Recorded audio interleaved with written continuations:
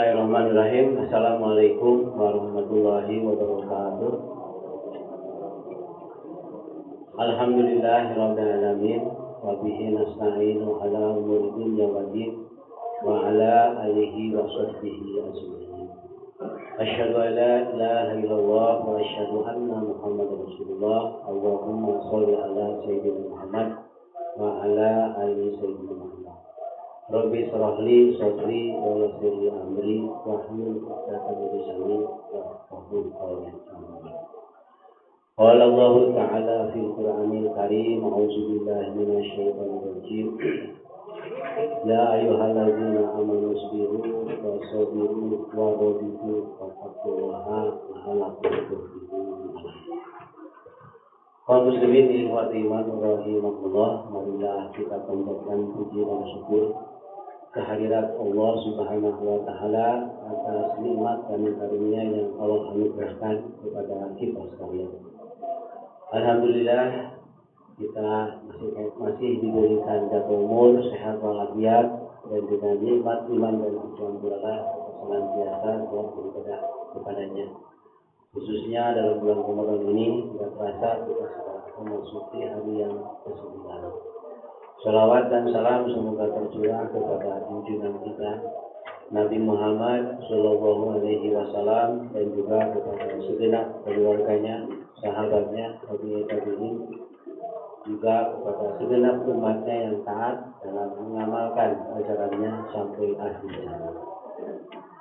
Kaum muslimin ikhwati iman rahimakumullah, ibadah saum dalam bulan Ramadan mendidik kita memiliki akhlak yang baik.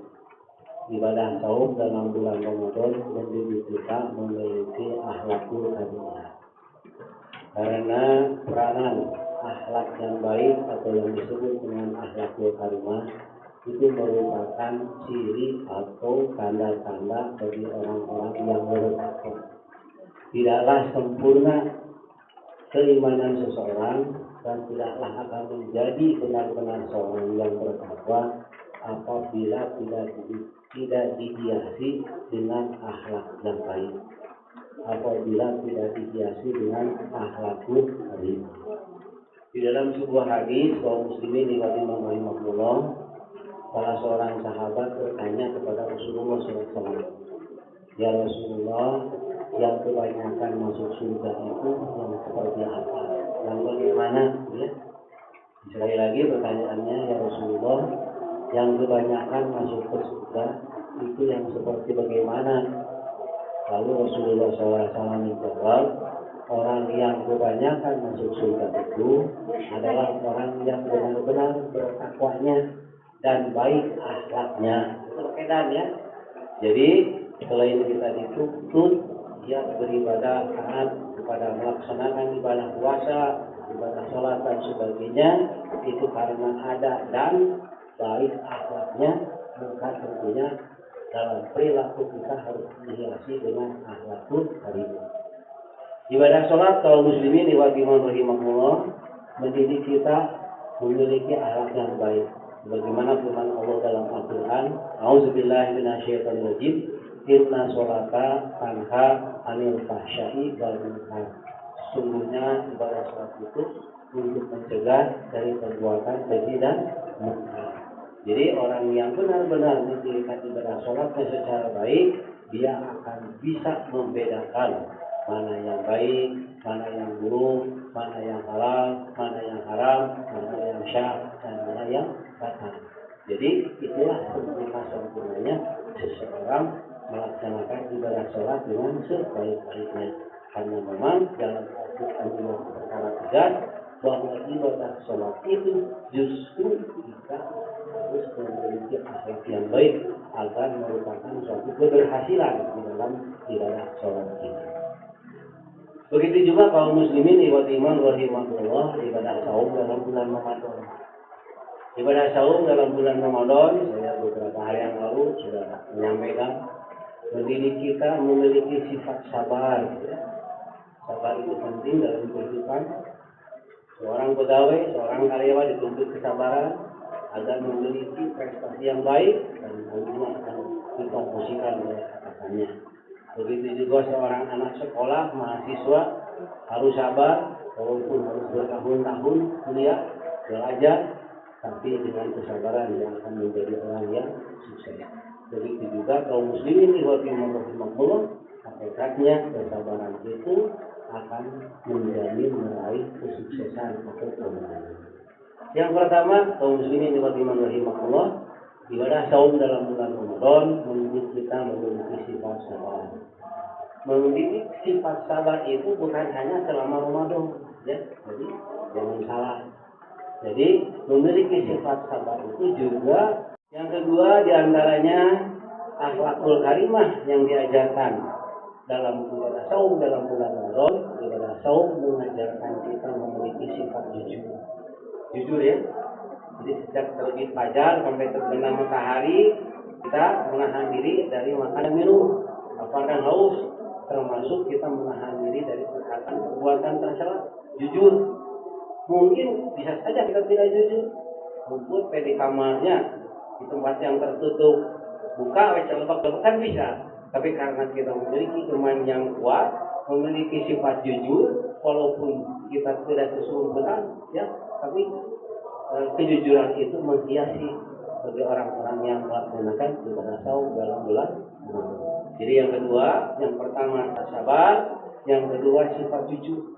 Ada yang ketiga kaum muslimin rahimahumullah, ibadah saum dalam bulan Ramadan juga mendidik kita memiliki sifat pemurah, sifat penyayang, sifat pengasih, gitu ya. Jadi bisa merasakan bagaimana lapar dan hausnya orang-orang fakir miskin dengan kelaparan dan kesusahan.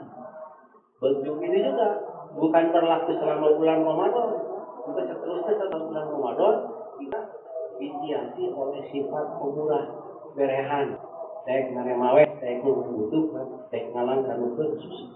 Itu hakikat ibadah saum bulan Ramadan yang sebenarnya.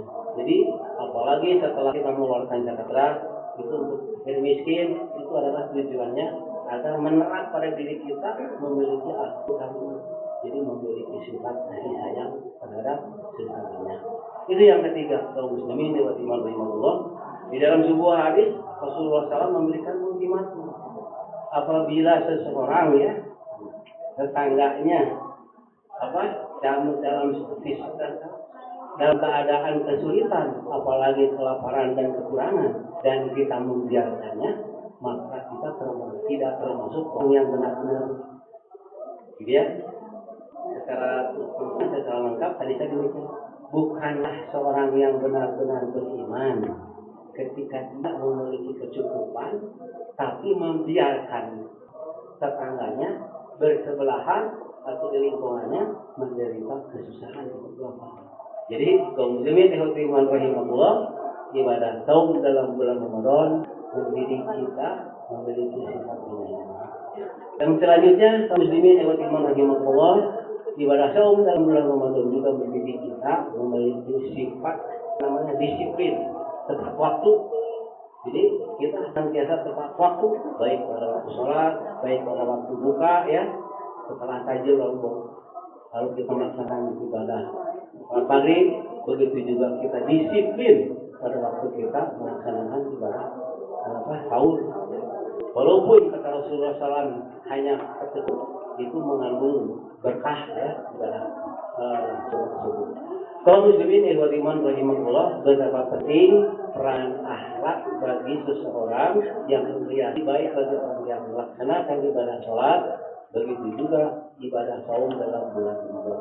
Malahan tadi ditegaskan yang masuk surga itu selain orang yang taat dalam ibadahnya, juga baik akhlaknya terhadap sesamanya.